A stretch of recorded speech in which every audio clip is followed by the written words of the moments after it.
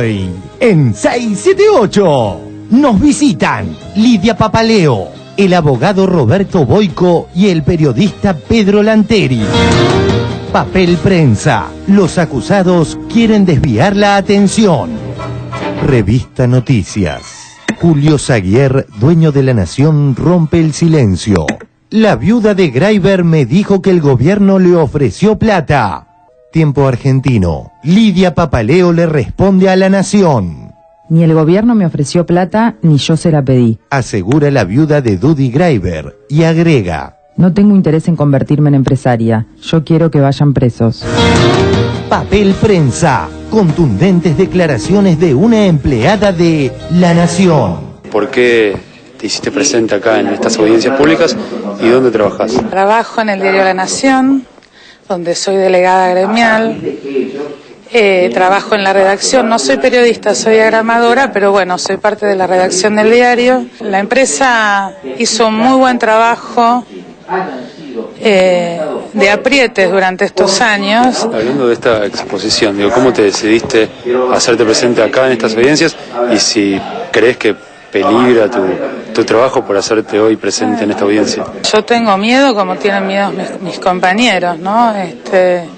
Y mi situación, aparte personal, es bastante particular porque tengo una hija discapacitada, o sea que mis sueldos no solo garantiza la comida en mi casa, sino la educación y el futuro de mi hija menor. Mi conciencia me puso acá, evalué el riesgo, espero que no me rajen.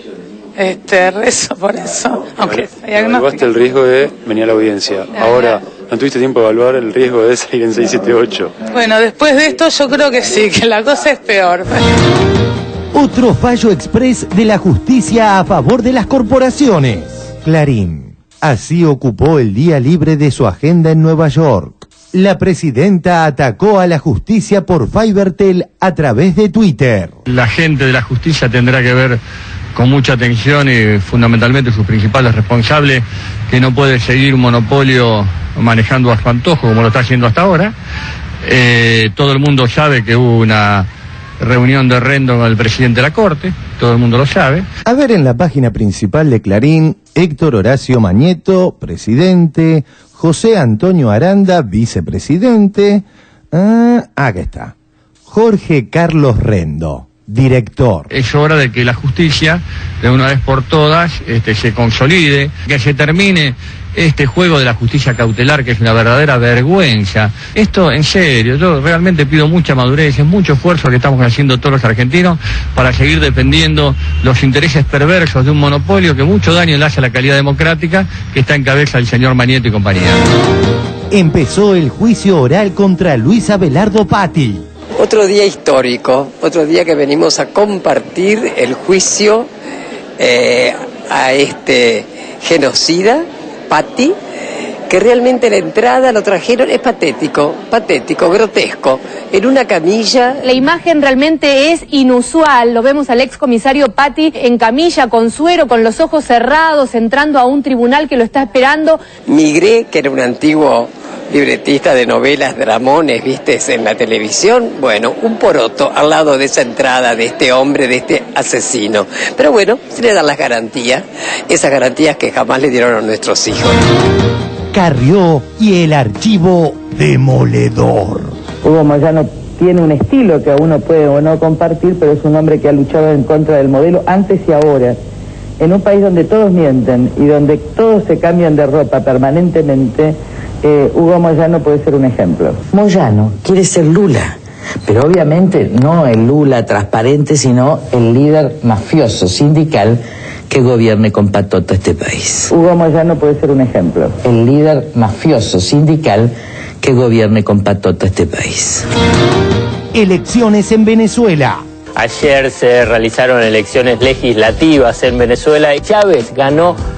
Hasta esta última elección ganó 14 de las 15 elecciones que de diferente motivo, tanto presidenciales o por referéndum o por legislativas, se realizaron. Solamente perdió una, que es de la reforma de la Constitución, que perdió por apenas medio punto. ¿Por qué hago todo este contexto? Porque habla del marco democrático que se desarrolla en Venezuela, pese a la impresionante campaña que quieren instalar que en Venezuela no hay democracia, que en Venezuela hay una dictadura, y que si escuchás a los veedores nacionales y del exterior que participaron de las elecciones, hablan de un proceso limpio, transparente y sin incidentes. Bueno, ¿cómo fueron las elecciones ayer? Chávez obtuvo la mayoría parlamentaria. El último dato de hoy a la mañana es que tiene 95 de los 165 bancas. En Venezuela hay democracia, en Venezuela se vota y en Venezuela gana Chávez. La Corpo brasileña contra Lula. Foja de Sao Paulo. Todo poder tiene límite. Diario O Estado de Sao Paulo. El mal que hay que evitar. Como se não bastassem as agressões às liberdades democráticas embutidas no Programa de Direitos Humanos, que provocaram indignação no país, vem agora uma nova escaramuça autoritária patrocinada pelo governo Lula. Desta vez o disfarce é uma política nacional de cultura, mas o objetivo, claro, é intimidar, controlar, amordaçar o direito de expressão. Eu não sei qual é a preocupação que as pessoas têm da sociedade de discutir comunicação. Uma legislação que está regulamentada em 1962. Portanto, não tem nada a ver com a realidade que nós temos hoje, com os meios de comunicação que nós temos hoje, com a agilidade da internet, por exemplo. Agora, a verdade é que nós temos 9 ou 10 famílias que dominam toda a comunicação desse país. A verdade é essa. La obsesión de Grondona. Leía al doctor Mariano Grondona en su habitual editorial del domingo en La Nación, y Grondona dice directamente que Kirchner no es normal. La Nación por Mariano Grondona. Urge descifrar el insólito ADN del expresidente. El único método para neutralizarlo es entenderlo. Es recorrer los intrincados pliegues de su código genético para descubrir recién entonces el antídoto que podría anularlo. El antídoto que podría anularlo. Dice que lo único que queda es descubrir el antídoto que podría anularlo. Claro. Si robaran el mapa del país de los sueños, siempre queda el camino que te late por dentro. Si te caes te levantas, si te arrimas te espero. Llegaremos a tiempo, llegaremos a tiempo. Otro día de hermosas noticias. 1. Turismo. Infobae.com. El gobierno lanzará nuevos créditos para fomentar el turismo. Dicha medida se suma al proyecto de ley de feriados nacionales, cuya aprobación genera gran expectativa en el sector. 2. Siguen y siguen y siguen apareciendo nuevas voces. Traes a Carlita Carrió, seguido, ha venido Macri, muchacho Iglesias, siempre el tema de la intolerancia, el tema de... Pero, digamos, yo los veo todos juntos y tiemblo de pensar que dentro de un año vayan a gobernar la Argentina. Hoy son la Armada Brancaleone y, no sé, me los imagino gobernando y digo, la pucha, porque además hay tipos que están necesariamente en contra de todo o a favor de todo. Son como un ejército de locos. 3. Vuelve el show del chiste. ¿En la Argentina vivimos en un régimen democrático o no? Si vivimos en un régimen democrático, no se entienden todas estas manifestaciones, todas estas medidas de fuerza, de tomas, de piquetes, de clausura de rutas. Si estamos en una democracia, ¿para qué hace falta los piquetes, las manifestaciones, los actos masivos? Ahora va a haber acto masivo para aquí, acto masivo para allá. Cosas muy graves están ocurriendo y la sociedad no sale a la calle, no protesta. Quizá hay un poco de miedo a las nuevas fuerzas armadas, entre comillas, que tenemos. Tenemos nuevas fuerzas armadas, sí, que son el Barra Brava, los piquetes. Total. Son fuerzas armadas. Y además no hacen nada por ocultarlo, ¿eh? No hacen nada por ocultarlo y bueno, y se sospecha de que hay armas también por allí. Sí, señores. Estoy terminando un libro magnífico, una biografía estupenda de Paul Johnson sobre Churchill, ¿no? Y Churchill, ¿qué le pasó? En un momento determinado, Churchill decía, guarda que viene Hitler. Churchill decía, guarda que viene Hitler. Y nadie le hacía caso en Inglaterra, lo trataban casi como un loco. Y al final tenía razón. Yo creo que hay algo churchilliano en Lilita. Twitter de un falso Héctor Mañeto. El único objetivo de Clarín, además de operar permanentemente en defensa de los intereses del grupo, es publicar la verdad objetiva. 3, pará. 3. No. 4. Una muy buena para Luis Miguel. 25 y 26 de noviembre siguen siendo las fechas en las que se va a presentar Luis Miguel en Vélez, pero se agregaron 2 más, 27 y 28 del mismo mes. Tengo miedo que se rompa la esperanza, que la libertad se quede sin alas. Tengo miedo que haya un día sin mañana. Tengo miedo de que el miedo eche un pulso y pueda más. No te rindas, no te sientes a esperar. Filosofa 678. Porque el orden de las unidades no modifica el espíritu. Lea que usted en 1, 2, 3, 4, 5, 6, 8 palabras, 7 palabras, 8. ¿Querés contarlas de nuevo? Que se ponga de nuevo, perdón. 6, 7, 8, 6, 7, 8. Solo pueden contigo. Si te acabas rindiendo, si disparan por fuera y te matan por dentro, llegarás cuando vayas más allá del intento. Llegaremos a tiempo, llegaremos a tiempo.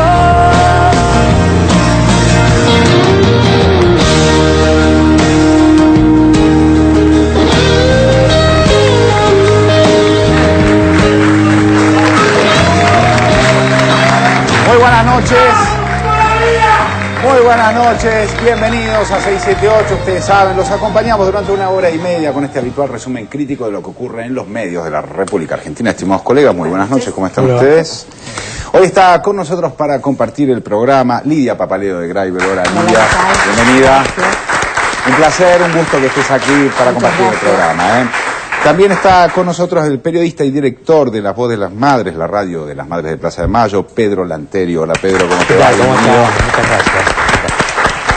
También está con nosotros para compartir el programa Roberto Boico, que es abogado constitucionalista. Hola, Roberto, ¿cómo te va? Bienvenido. Muy bien, arrancamos con el primer tema. Obviamente, Lidia, tiene que ver con el tema papel prensa, porque ustedes saben que de alguna manera se está tratando de desviar la atención sobre el punto fundamental que hace como denuncia Lidia. Ayer la revista Noticias publicó en la tapa que Julio Zaguier, uno de los dueños del diario La Nación, dice que le dijo Lidia Papaleo de Graiber que el gobierno le había ofrecido dinero finalmente para dar su testimonio. Vamos a hacer el informe y lo debatimos. Papel prensa. Los acusados intentan desviar el tema y el injusto reparto del papel. Antes de pasar al intento de los hegemónicos por tapar denuncias de delitos de lesa humanidad, veamos este video explicativo que realizó la gente de Crónica con respecto a la distribución del papel.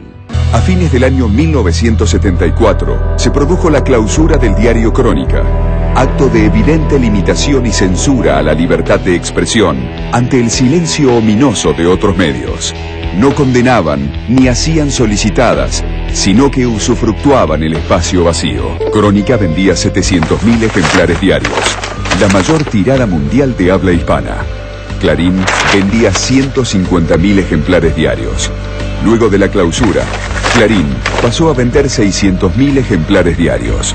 No repuesto aún de aquel impacto, en el año 1976, Clarín y La Nación, junto a La Razón, adquieren la mayoría accionaria de Papel Prensa. Crónica y personalmente su fundador denunciaron este hecho y pidieron que se investigue hace más de 26 años. La Nación, Clarín y La Razón son socios del gobierno de este y del anterior y del que va a venir en Papel Prensa, una empresa que vos sabés bien que fue curiosamente, entre comillas, adquirida.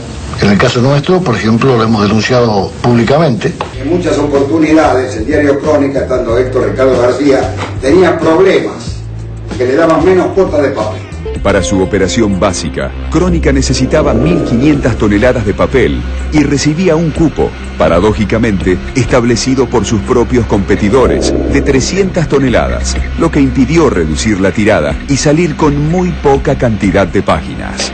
Así, entre un ejemplar de Clarín y uno de Crónica, la relación era de 10-1, vale decir, Clarín pesaba 1 kilogramo y Crónica 100 gramos. Por todo lo anteriormente relatado, es elocuente aprobar esta iniciativa. Y ahora sí, los acusados intentan desviar el tema. Revista Noticias. Julio Zaguier, dueño de La Nación, rompe el silencio. La viuda de Greiber me dijo que el gobierno le ofreció plata. Ayer, la revista Noticias publicó un reportaje a Julio Zaguier, que es el presidente del Grupo La Nación, ¿no? Y ahí Zaguier ratificó que Lidia Papaleo tuvo un desayuno con él en el Hotel Alvear en mayo más o menos, y le dijo que Kirchner personalmente, en 3 reuniones le habría ofrecido dinero para declarar contra Papel Prensa. $200.000. Exactamente. Y una Pareciera promesa que de 2 le dieron $200.000, según ella le dijo a Zaguier, y le ofrecieron 2 millones más, si las cosas salen bien.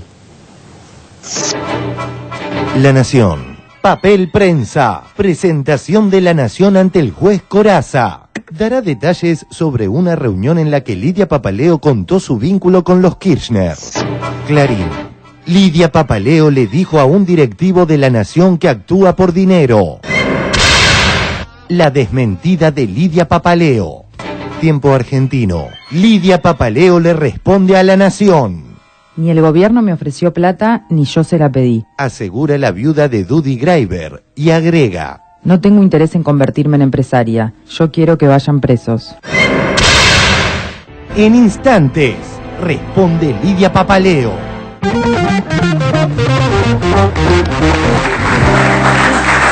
Bueno, muy bien. Interesante informe que releva la situación. Lidia, ¿qué tenés para decir sobre esto que dijo Zaguier?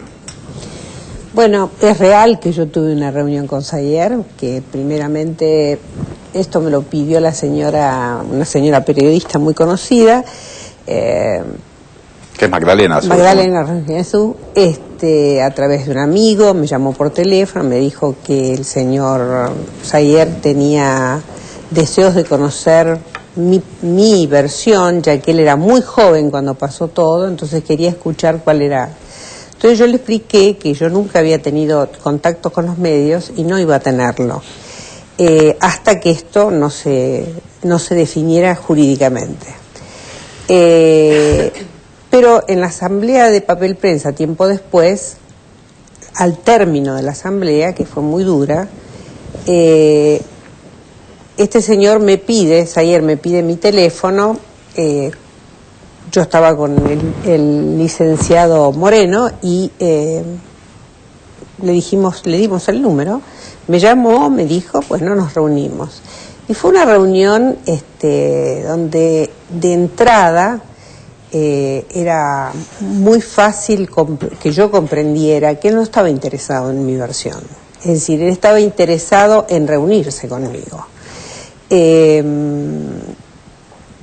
Me preguntó, fue muy peyorativo con respecto al gobierno, entonces yo le dije que yo no hablaba con una persona que entendía de política ni que entendía de negocios, porque eran cosas que estaban fuera de mi capacidad. Pero lo que le aconsejaba es que él era un empresario. Entonces, si él tenía esta postura, ¿por qué no la desarrollaba donde él podía, que era en su diario? Yo no podía hacer lo que hace él, no tengo un medio para expresarme. Él tiene un medio y que lo haga a través del medio y que ayude a dar una imagen como él quiere, distinta, o como la que él ve, que es distinta a la que otra gente puede ver. Después de eso le hice comparaciones, que para mí, de muy buena fe por supuesto, donde le expliqué que a mí una de las cosas que me había impactado de la Presidente, primero me había impactado estar con la Presidente, me di cuenta que es muy impactante estar con el presidente del país de uno, cosa que yo nunca había pensado, es decir, me emocioné, me pareció muy importante que fuera una mujer además, y que en una segunda reunión que tuvimos, yo se lo comenté a ella, que a mí me llamaba poderosamente la atención, siendo como soy terapeuta familiar, la imagen del grupo familiar, la imagen del cuidado del grupo familiar. La Presidenta me hizo algunas bromas acerca de los chicos, pero fundamentalmente yo creo que es porque tienen una familia realmente aglutinada, como le expliqué esto ayer, como para mí lo tienen formado exactamente igual en los niveles de dirección política. Y que esto era lo que hacía que este gobierno sea distinto a todos. Es decir, la Presidenta nunca necesitó vetar una ley. ¿Por qué? Porque se manejaron la situación que nunca fue necesario. ¿Por qué?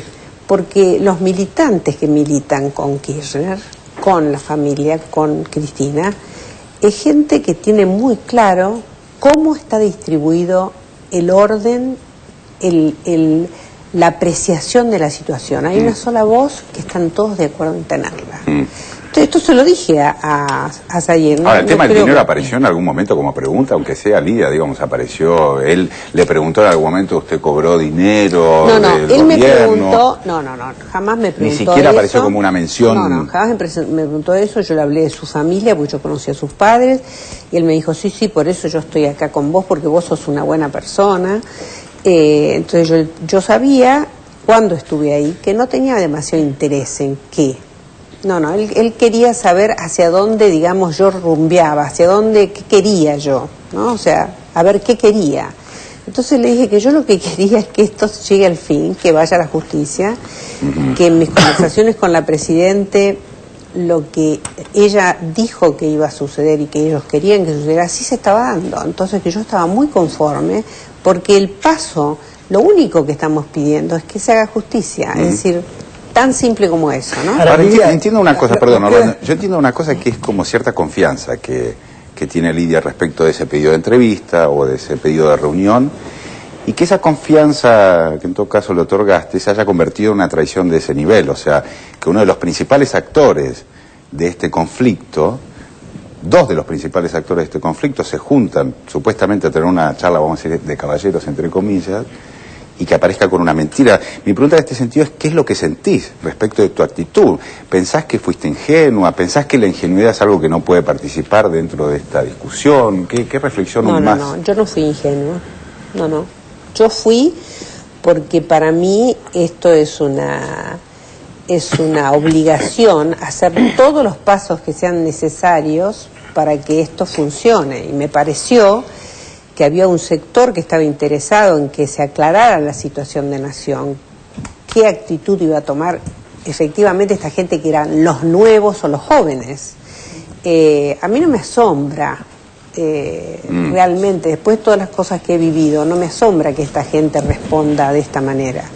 Lo que pasa es que uno sí tiene, yo no soy ingenua, soy esperanzada, que son dos cosas muy distintas.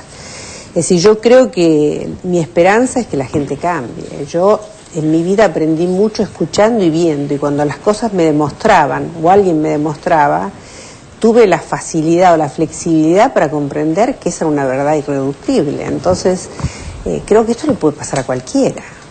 Entonces pienso que, evidentemente, hay valores que nunca cambian, pero uno piensa que pueden llegar a cambiar. A veces hay personas sobresalientes, en este caso evidentemente no lo fue. Sí, Lidia, vos dijiste, bueno, él quería tener el registro de que se encontraba conmigo, ¿no? Quería reunirse. ¿Esa reunión fue a solas? Sí. ¿Fueron solo ustedes dos? Solo nosotros dos, y en un lugar público, por supuesto. En el lobby, en el café del Hotel Alvear. Sí. Y él, pero vos decís, bueno, no, quería ver para qué lado rumbeaba. Esta posibilidad de lo que te decía Lucho, esta posibilidad de que haya dinero de por medio para contar una versión de lo que sucedió, de la tragedia que viviste.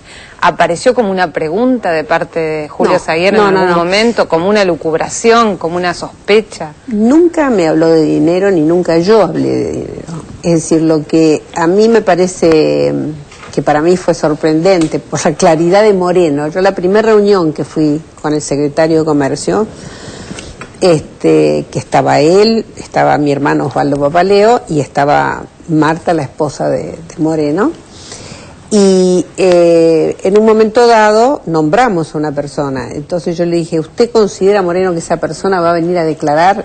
Y él me dice, bueno, ya vino acá a ofrecerse a declarar. Le digo, no, si no le paga no va a venir, tal cual pasó. Entonces él me dijo, no, acá no se le paga a nadie, nosotros no le vamos a pagar a nadie, nosotros, el gobierno, esta es una postura que hemos tomado, una decisión que hemos tomado de ir a la justicia con esto, y vamos a ir con los que quieran venir a declarar o sin ellos. Si vos querés venir, nosotros vamos a estar muy contentos, pero si no querés venir, no venís. Ahora, esa persona a la que se le pagó, ¿quién es? Isidoro Graiber. Sí, igual también está pensando, digo, si van a inventar cosas, digo, que sean más creíbles. Estaba escuchando antes a Mariano Grondona que decía que a Lidia le habían dado $200.000 y 2 millones después, si las cosas salen bien como sea. Nadie va a arriesgar tanto por el 10% de un total. Nadie que se ponga a negociar algo va a negociar por el 10% con algo tan grave, con algo en el que literalmente le puede ir la vida. Cualquier persona con 2 dedos de frente, por lo menos el 50%. Así que le dieron un palo y un palo después, qué sé yo. No sé si vamos a aclarar todo, pero en la reflexión yo creo que hay dudas en todos nosotros en algunas cosas, no en tu palabra, sino en el hecho. Por ejemplo, cada uno no puede ponerse en tu lugar, es muy difícil, porque es imposible. Imposible. ¿Por qué aceptar esa reunión? Eso sería, ¿por qué aceptar esa reunión en un momento tan difícil y duro? Que vos sos muy vulnerable frente a un tipo que tiene el poder que tiene. Y lo segundo, si en el momento que vos descubriste esa tapa en el kiosco de tu diario, que supongo que fue así, sentiste que el tipo, que es como si yo mañana te traiciono con algo tremendo, ¿cómo? ¿No se te dio por agarrar el teléfono y mandarlo a la...? No. ¿Judicialmente vas a hacer algo? Sí, ya lo hice. Yo ya en el día de hoy presenté una carta como descargo, pero espero que la publiquen mañana, el Diario de la Nación, y además mañana me voy a presentar al juzgado del juez Corazza, donde creo que se ha presentado este señor, o dijo que se va a presentar. Yo quiero dejar claro que yo no hago nada por ingenuidad. He sufrido demasiado para tener esa posibilidad de ser ingenua. Y siempre además, a lo largo de toda esta vida que tengo, vi las injusticias, desgraciadamente, que siempre vienen de un solo sector, al cual representa este hombre. Pero eso no significa que yo no pueda darle la posibilidad a él de que modifique. Yo quizás, por el contrario, es algo como demasiado esperanzado esto mío. Yo pensé que él realmente quería saber qué había pasado, lo que yo había pasado, las cosas que habían sucedido. Es decir, y nos quedamos en una conversación como puede tener cualquier persona en un bar. Terminamos hablando de su enfermedad, de que teníamos el mismo médico los dos, de un problema muy serio mío con mi hija. Es decir, una charla entre dos personas adultas que se conocen y saben referencias del otro, y él con el supuesto afán y buena voluntad de escuchar una versión para comprender esto.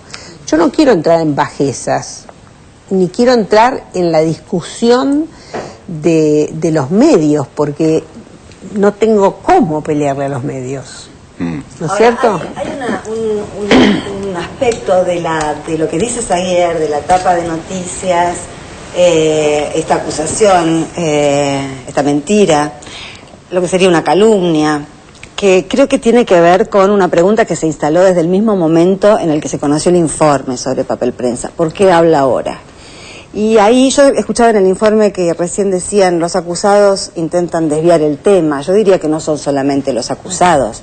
Hay un nutrido pelotón de periodistas que también están tratando de desviar el tema, y lo están tratando de desviar exactamente para ese lado. ¿Por qué habla ahora? ¿No? Y detrás de esa pregunta que instalaron en ese mismo momento, siempre estuvo planeando. La misma pregunta contiene la respuesta que aparece en la tapa de noticias. ¿Por qué habla ahora? Implica ¿no?, de alguna manera la sospecha de que corre dinero o de que hay algo más, hay alguna especulación más que la necesidad de hacer justicia. Lo que yo quería decir es que me parece que esta versión, que esta pregunta, ¿por qué habla ahora?, es una versión actualizada del algo habrán hecho, me parece. Es una persona que está dispuesta a esto. Pero que, a ver, tu respuesta sobre eso, Lidia. Claro, es decir, es absolutamente infantil que alguien pregunte eso de buena fe. Claro. Lo puedo creer en un niño, en mi nieto, pero no lo puedo creer en nadie más. Es decir, ¿por qué ahora? Yo cuando salí de la cárcel, hasta el año 89, yo salí a fines del 82, hasta el año 89 seguí recibiendo amenazas. No solo eso, sino que seguimientos, etcétera, etcétera. Pero en el año 89 también se reabre la causa nuestra que estaba cerrada para pagársele a los bonos, en una cosa muy confusa. Entonces todos tuvimos de nuevo que decir que sí, pero estábamos en un gobierno democrático. O sea, acá pasaron muchas cosas y estuvimos todos rodeados de gente que trataron de llevarnos hacia un camino supuesto de silencio. Entonces, yo le dije desde la muerte de David en adelante, siempre le dije a toda persona que me preguntó, sea quien fuera, le dije que la muerte de David había sido producida por papel prensa, que lo habían matado por papel prensa, que esto le había costado la vida y que esto nos había costado los 6 años de cárcel. Pero se lo dije dentro de la cárcel a mis compañeras, se lo dije a los torturadores, se lo dije a quienes se cruzaron por mi vida. Yo nunca tuve la duda de por qué David había muerto. No había muerto, lo habían matado. Lidia, además... quiero volver un segundito a la reunión con Saguier. Sí. ¿Qué relación, a ver, que te contabas recién la relación con los padres y que de alguna manera lo conocías a él, que hay como una... El padre de Saguier era amigo de un amigo mío, vinieron a mi casa varias veces la mamá y él, después él se enfermó, yo inclusive lo fui a ver cuando estaba internado, porque Saguier era un hombre muy querible, y era una persona y su mujer encantadora y realmente yo pensé, este chico es hijo de esos padres, ¿no? Bueno, por ahí algo de esto hay, algo de... ¿Y tenía alguna duda sobre la situación de Manieto, la compra de papel prensa? ¿Hizo alguna pregunta alrededor, o sea, alguna duda sobre lo que pasó en ese momento ayer, teniendo en cuenta la posición que él tenía también en el momento que se que Manieto se iba a morir ya, que ya estaba en el final, como si eso a mí me pudiera aliviar de algo, y me dijo que ellos estaban peleados con Saguier, con él. Saguier estaba peleado con Manieto. Cosas, como te digo, que no quiero seguir por ese lado porque son medio como, yo las siento como bajezas, ¿no? Aunque ellos las usen, que las usen, problema de ellos, pero yo lo que creo es que me parece, vayamos a la justicia, que es lo que me preguntaba la gente de Tiempo Argentino, y usted está dispuesto, yo estoy dispuesta a todo, porque esta es mi despedida de la vida, digamos. Yo quiero hacer de mi vida lo que fue hasta acá. O sea, yo tuve toda mi vida una conducta y la sigo teniendo. Lamento mucho que haya gente que pierda la dignidad por plata. Yo nunca lo hice.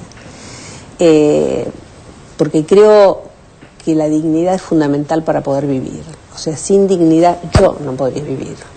Es decir, en un momento dado, que es un chiste, un cuento gracioso, que no es tan gracioso, mi hermano me preguntaba ¿por qué me dejé torturar tanto? Entonces yo le dije, porque me iban a hacer firmar y eran todas mentiras. Me dice, ¿qué te importa? Si vos cuando salías decías que era bajo tortura, pero no importa, pero eso iba a existir. Entonces mi hija iba a leer eso algún día, tal cual fue, porque mi hija estudió y lo tuvo que leer. Y realmente yo nunca, en ninguna de mis declaraciones, absolutamente en ninguna, lograron que dijera que los judíos eran los dueños del poder, que Perón le había entregado el dinero a Helbari por el poder que estaba armando con mi marido políticamente para dominar al país, que eran unos delirios. A mí me parecían unas cosas imposibles de creer que me las dijeran y que quisieran que las firme. Entonces por esto seguía siendo torturada, hasta que firmara esto, que no lo firmé igual, por eso mi tortura en relación a mis compañeros fue tan prolongada. Pero realmente yo creo que todas estas situaciones de todos nosotros, a la gente joven realmente le enseñan mucho, ¿no? Yo creo que le estamos dando un respiro de aire puro a mucha gente. Sin duda, Lidia, y la verdad es que te agradecemos, además de que estamos todos obviamente muy conmovidos. Sabemos la importancia que tiene tu testimonio para la historia argentina, ¿no? Más allá de la defensa de los intereses de algunos tipos, algunos miserables, podemos decirlo. Realmente nos conmueve y nos parece muy importante en este momento de la historia argentina que exista la valentía y tu testimonio. Muchas gracias.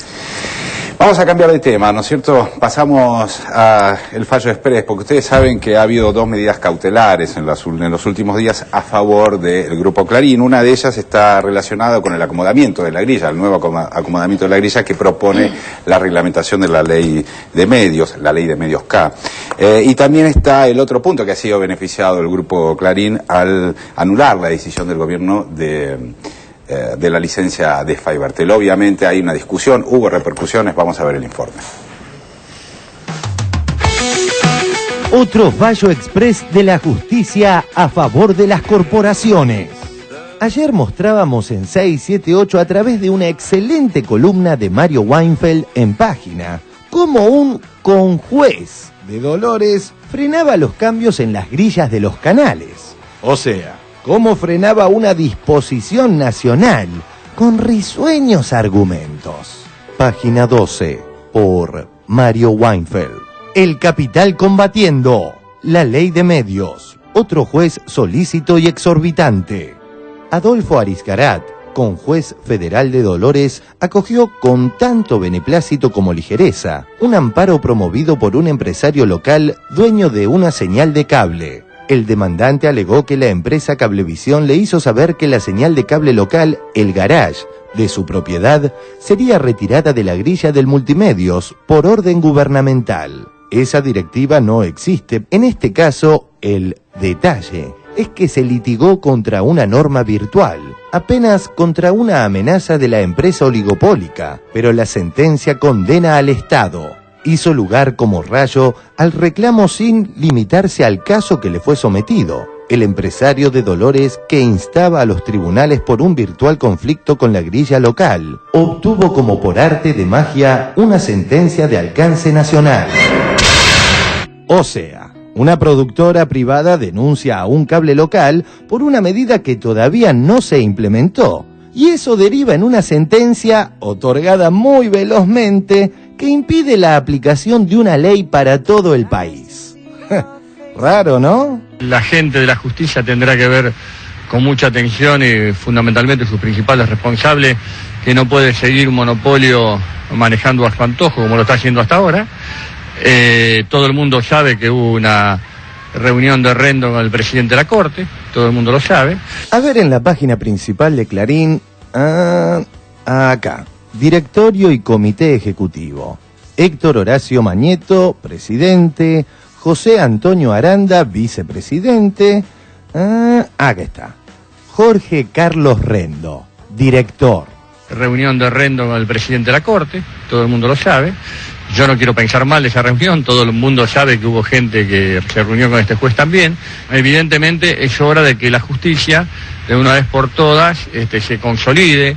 Usted dice esto, doctor, dicen que ustedes quieren avanzar sobre la justicia. No, porque nosotros no queremos una justicia solamente independiente del poder político, queremos una justicia independiente, no una justicia independiente del poder político y dependiente de factores de concentración económica o concentración mediática, que se termine este juego de la justicia cautelar, que es una verdadera vergüenza. Lo que vemos son una proliferación, cataratas de medidas cautelares, y lo único que le interesa a la parte que propone la acción es la medida cautelar, no el fondo, porque el fondo lo va a perder. Pero mientras con la medida cautelar va trabando, va desgastando, bueno, evidentemente esto solamente tiene una vía institucional para su remedio, que es la denuncia de los jueces que han hecho este mal uso, primero de la acción de amparo, desnaturalizándola, y luego de las medidas cautelares en la acción de amparo, que bueno, vaya, son excepcionales y limitadísimas para no caer en ese prejuzgamiento. En definitiva, el amparo es cotejar un pedazo de texto con una norma superior. Para esto no se necesita nada, se necesita nada más que escuchar a las partes y resolver. Sin embargo, en lugar de eso, dictan medida cautelar suspensiva. No resuelven, pero entorpecen. Y esto me parece un caso emblemático de mal desempeño. Esto, en serio, yo realmente pido mucha madurez, es mucho esfuerzo que estamos haciendo todos los argentinos para seguir defendiendo los intereses perversos de un monopolio que mucho daño le hace a la calidad democrática que está en cabeza el señor Manieto y compañía. Veamos el informe que hizo esta tarde TN sobre la cuestión. En el mismo se editó la parte en la que Kirchner hacía referencia a la reunión del director del Grupo Clarín, Jorge Rendo, con el presidente de la Corte Suprema, Ricardo Lorenzetti. Que no puede seguir un monopolio manejando a su antojo como lo está haciendo hasta ahora. El matrimonio Kirchner protagonizó una nueva embestida contra el Poder Judicial, a quien le reclamó los fallos que quiere el gobierno contra el Grupo Clarín. Que se termine este juego de la justicia cautelar, que es una verdadera vergüenza. Justicia cautelar sobre medidas cautelares que después no resuelve nunca nadie y sirven para trabar el funcionamiento normal de la institucionalidad del Estado. Todo el mundo sabe que hubo una reunión de Rendo con el presidente de la Corte, todo el mundo lo sabe. La presidenta se refirió al respecto vía Twitter. Otra vez, otra medida cautelar. ¿Adiviná a favor de quién? ¿San Martín, Rosas o Mañeto, CEO del monopolio Clarín? Acertaste, es Mañeto. El hombre que en Argentina maneja la sentencia fácil. A veces el humor es único antídoto contra la obscenidad judicial. La justicia cautelar. Medida procesal express que impide la aplicación de leyes votadas por amplia mayoría en el Congreso, que niega al Estado la responsabilidad de regulación y control reconocida por la doctrina y Constitución Nacional, comodín del monopolio. Ahora han ido un poco más allá. Consiguieron una cautelar a favor de Fibertel, una sociedad comercial que no existe como empresa desde 2009. Es como si tuviéramos una justicia para el monopolio y otra para el resto de la sociedad, sean empresas o ciudadanos. La igualdad ante la justicia, la seguridad jurídica y el rol del Estado, bien, gracias. Eso es solo para los otros. ¿Habrá que recurrir a tribunales internacionales para que las cosas vuelvan a ser iguales para todos en la Argentina? Como era de esperarse, la corporación periodística le salió al cruce, pero haciendo hincapié solo en el tema Fibertel e ignorando olímpicamente la mención de Cristina Fernández al nuevo fallo express que favorece al monopolio Clarín. Clarín, así ocupó el día libre de su agenda en Nueva York. La presidenta atacó a la justicia por Fibertel a través de Twitter. La presidenta volvió a atacar a la justicia, lo hizo ayer desde Nueva York y por Twitter. La cuestionó por el fallo que beneficia a Fibertel. Sí, un fallo que no le gustó a la presidenta, esto no le gustó nada a la presidenta y comenzó a tuitear. Fibertel, Cristina Fernández de Kirchner atacó a la justicia. Fibertel, Cristina Fernández atacó a la justicia. Fibertel, Cristina Fernández de Kirchner atacó a la justicia. La Nación, polémica, @CFK Argentina contra la justicia. La presidenta usó su Twitter para criticar duramente un fallo favorable a Fibertel. A mí, la verdad, que la mano sobre el corazón, me parece como tan infantil eso de tuitear. Un poco adolescente, te diría. Que el titular del Poder Ejecutivo mande un tuit en su radio, no sé cómo se llama, en su espacio, ¿no? Su sitio del espacio, donde dice: otra vez, otra medida cautelar, adivina a favor de quién, San Martín, Rosas o Mañeto del monopolio Clarín. Acertaste, es Mañeto. Bueno, poco infantil, no sé, me llama la atención. Ya sé que esto provoca oleadas de odio, por ejemplo, en ciertos programas que se emiten por la televisión, pero bueno, pero uno puede dejar de comentar. Hay críticas en Argentina sobre el tema Fibertel, que la presidenta habla por Twitter. Mire, lo de la presidenta es una definición irónica y genial, muy buena, la verdad. Queremos que haya una justicia rápida, porque parece que la justicia para los asesinos no aparece. Entonces, la justicia reacciona rápidamente cuando tiene que defender los intereses del grupo monopólico, y para el resto de los ciudadanos tenemos que esperar. Bueno, esperemos que esto sea rápido y que podamos vivir en diversidad rápidamente. Bueno, a ver, Roberto. Bueno, la verdad que sorprendido por la forma en la cual Clarín Nación ha presentado la noticia como la gran resolución judicial del siglo, ¿no?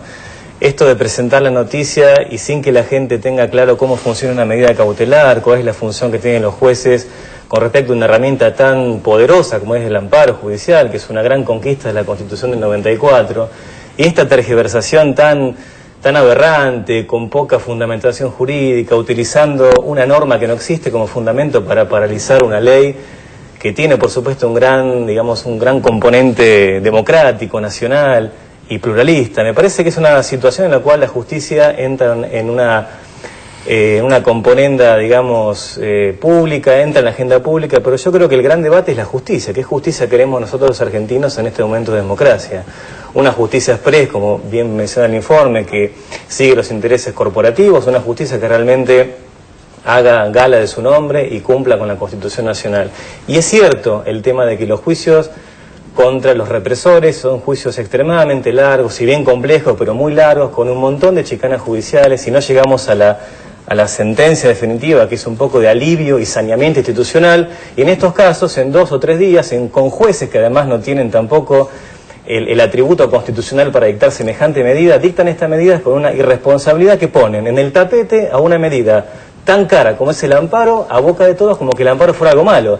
Y el amparo es algo bueno, pero bueno si se utiliza en forma correcta. Ahora, más allá, uno tiene muy claro que este fallo es un favor que se le hace a Clarín, es evidente. Ahora, más allá de la intencionalidad política del fallo, que lo tiene y también es evidente, técnicamente, ¿puede un juez comportarse de esa manera? Es decir, ¿puede ir alguien a la justicia y decir, me dijeron que me van a hacer esto, y sin llamar a las partes el juez resolver sobre un rumor?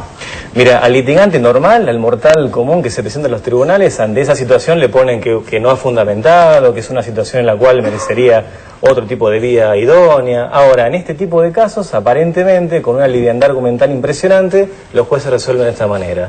Por lo tanto, no, al común de los mortales eso no les pasa. Tenemos que fundamentar. En estos casos, evidentemente, la justicia actúa con tal liviandad. Y bueno, pero igual los remedios son varios. El primer remedio es un remedio procesal. Me parece que la Cámara, que entienda esta situación frente a la apelación, debería restaurar el derecho lesionado. Y por otro lado también, eventualmente, estamos frente a un caso de mal desempeño, pero de un supuesto juez que no es juez tampoco. Es un abogado de la matrícula que actúa como conjuez en una circunscripción que es la Federal de Dolores. Y el otro caso también tiene un reviete muy interesante, porque aparece como que la justicia suspendió la ley, y esto me hace recordar el caso Thomas, que lo habíamos discutido, ¿no?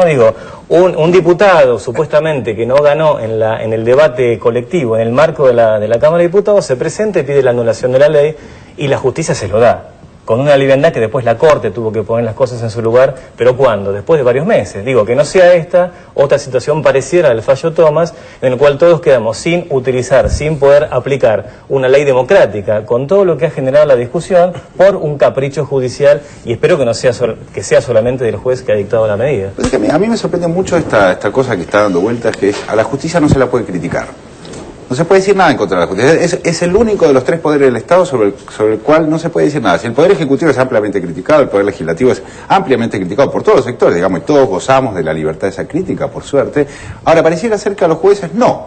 Entonces yo no entiendo cuál es la sacralidad de la justicia. Bueno, hay un misterio. Yo quiero decir algo. Somos analfabetos, todos, lo que es la justicia, esos entresijos de la justicia que vos explicaste en los pocos... y uno no sabe, la mayoría de nosotros no sabemos. La justicia es como un tótem sagrado, tal cual lo acabas de explicar de algún modo, en donde creemos que un juez es infalible. Tenemos esa idea de Salomón que nos enseñaron, que nos inculcaron, una idea mitológica, legendaria, sin saber la burocracia, la vulnerabilidad moral de los jueces, la endeblez moral de los jueces, la antigüedad de los jueces, el conservadurismo de los jueces, el militarismo de los jueces, el religiosismo de los jueces, de muchos de los jueces.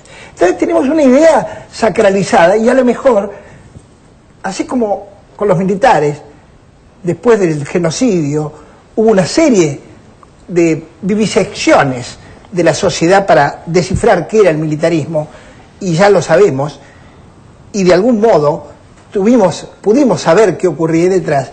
Vamos a saber qué ocurre detrás de la justicia. Esto está sirviendo para eso. Pasa que, Orlando, hay un poder judicial, hay una justicia, por así llamarla, que en realidad ha cumplido un rol histórico en los últimos 50 años de ser representantes de un poder que está detrás de ella, que es ese poder que ahora vemos los rostros de un Mañeto, vemos los rostros que están apareciendo, y la justicia, digo, yo no escuché nunca hablar a la justicia, a los jueces, del rol que cumplieron durante la dictadura, negando justamente el hecho de impartir justicia. Han sido cómplices y de eso nunca se han, digamos, hecho una autocrítica. Son una corporación que está más allá del bien y del mal, pero lo que está ocurriendo ahora es que estamos aprendiendo a conocer. Una de las cosas que ocurre a partir del año pasado, y creo que este año mucho más, es que nosotros, la ciudadanía o el pueblo, está empezando a conocer cómo se manejan los poderes y a tener intervención y decisión y posición.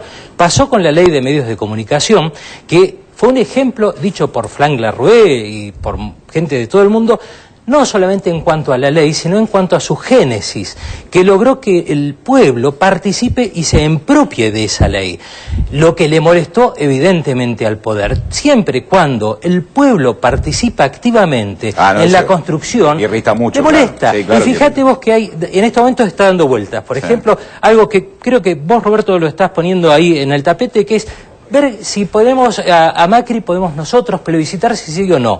¿Cómo les ha molestado? ¿Cómo les ha molestado ese tema? ¿Cómo les molesta que la ciudadanía participe? Lo decía Guinness también en la apertura, ¿no? Cuando planteó esta cosa como que la movilidad social es algo que está en contra de la construcción de un país. De la democracia, de la democracia. Nunca me había escuchado un argumento por ahí. Piró completamente. Lo que estaba diciendo bueno, pero en ese hace tape tiempo. es pirado directamente.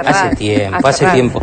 Y fíjate que todo está ligado, porque está ligado, lo de Lidia está ligado también con la construcción de la justicia y cómo en estos momentos desvían el eje de la discusión para plantearlo en temas realmente, digamos, son chicanas, cuando se está discutiendo en el Congreso un proyecto de ley de declarar de interés público la fabricación, producción y venta de papel prensa. Pero ellos ponen el pie en la justicia, donde ellos saben que son fuertes. Pero todavía hay jueces que responden a intereses corporativos o económicos o de poder. Hay jueces que tienen ese miedo.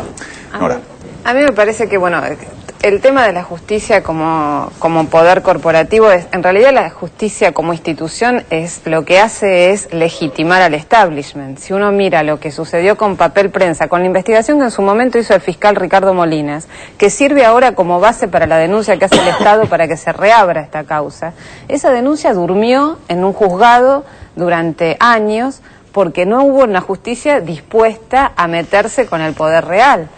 Lo que son los jueces, la renovación de la justicia, se renovó la Corte Suprema de Justicia de la Nación, por suerte, si no lo tendríamos a Nazareno como presidente de la Corte Suprema de Justicia de la Nación, y realmente, bueno, nada de lo que se hizo se podría haber hecho. Lo tenemos a Bisordi, el camarista de casación, que dejó de ser camarista de casación, hoy asumió como defensor de Luis Abelardo Patti, que antes no bien dejó la Cámara, que era uno de los hombres que frenaba todos los juicios, pero esto fue hasta hace 4 años. Tuvimos los jueces de la servilleta durante el gobierno menemista con el sincericidio de Corach diciendo cómo manejaba en su momento a los jueces federales. Ahora, la renovación de la justicia es todavía realmente una asignatura pendiente. Sin lugar a dudas. Sí, además yo creo que esto pone en el tapete un debate que es el qué justicia nosotros queremos, qué justicia democrática queremos. Y eso no significa solamente pensar en los cambios nominales, porque cambian las personas, pero la misma recomposición de la corporación genera que los que están debajo pasen arriba, por lo tanto, en realidad hay un reciclaje, me parece, y hay buenos jueces también, ¿no? Convengamos que no todos son... Por supuesto. Eso, no generalicemos. Claro. Yo creo que no es la justicia, es algunos jueces que manchan de manera, digamos, escandalosa la justicia. Por eso el gran debate que se viene es justamente cómo democratizamos la justicia. Y no la justicia con los nombres, sino el administrar justicia, con que los ciudadanos también puedan participar, que eso me parece es un gran tema, que podría descorporizar un poco. La corporación en sí misma no es mala. Hay corporación gremial, corporación religiosa, corporación... El tema es cómo esa corporación se conecta con el mundo. Cuando la corporación se cierra en un subsistema impenetrable y defiende únicamente sus intereses, ese es el problema de la corporación y ahí pierde democracia. Lo que se viene también es la marcha mañana.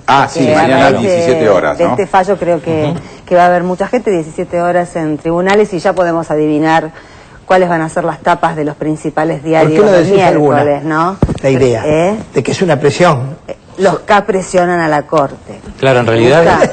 sanguinariamente. Pero qué o algo fácil por te el salen los estilo. títulos, Sandra. Pero nuestro objetivo, yo pertenezco a la Coalición por una Radiodifusión Democrática, estamos trabajando en esa organización y nuestro objetivo es absolutamente el contrario, es decirle a la Corte que tiene la oportunidad justamente de demostrar que está libre de toda presión corporativa, que esa visita de Rendo a un miembro de la Corte fue simplemente un accidente, y que si realmente la Corte aplica la justicia, que es nada más que la ley que está vigente, va a tener todo un pueblo detrás diciendo no le tengan miedo a 3 tapas de un diario, porque está demostrado que ya no voltean a nadie. Señora, nos vamos a un corte, seguimos aclarando cosas, dale. Iguales o días distintos, ya guardé el instinto asesino en un